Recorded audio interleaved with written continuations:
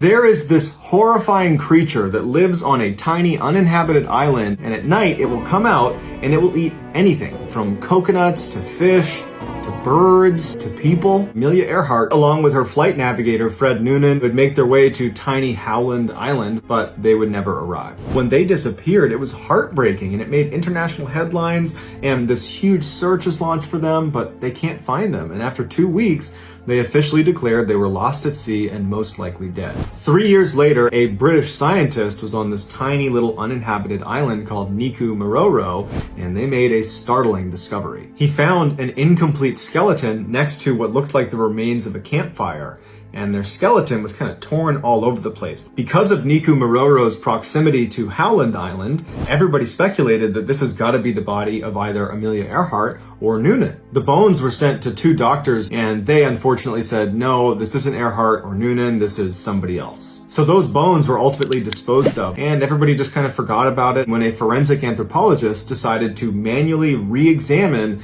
the measurements of the bones that were taken off of Niku Maroro Island and compare them to real measurements of Amelia Earhart.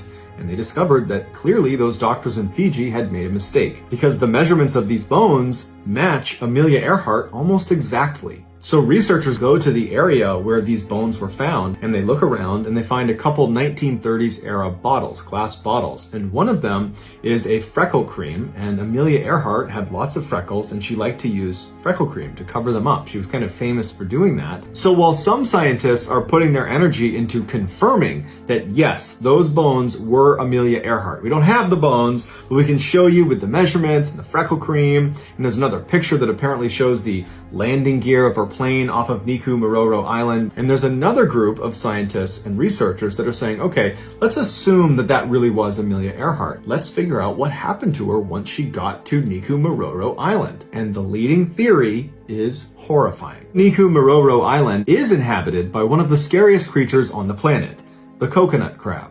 They're 3 feet long, they can carry at least 6 times their body weight, and they use their pincers that are as strong as a lion's jaw to rip open coconuts, which is their main source of food. But coconuts are not the only thing they eat. They'll also eat pigs, each other. They'll even eat themselves. The few researchers and scientists that have gone out to Niku Maroro Island have said at night, thousands of these crabs will emerge from their underground burrows and they'll go looking for food. And they have a really keen sense of smell, and they can smell blood. And so the theory goes, Earhart and Noonan are making their way to Howland Island.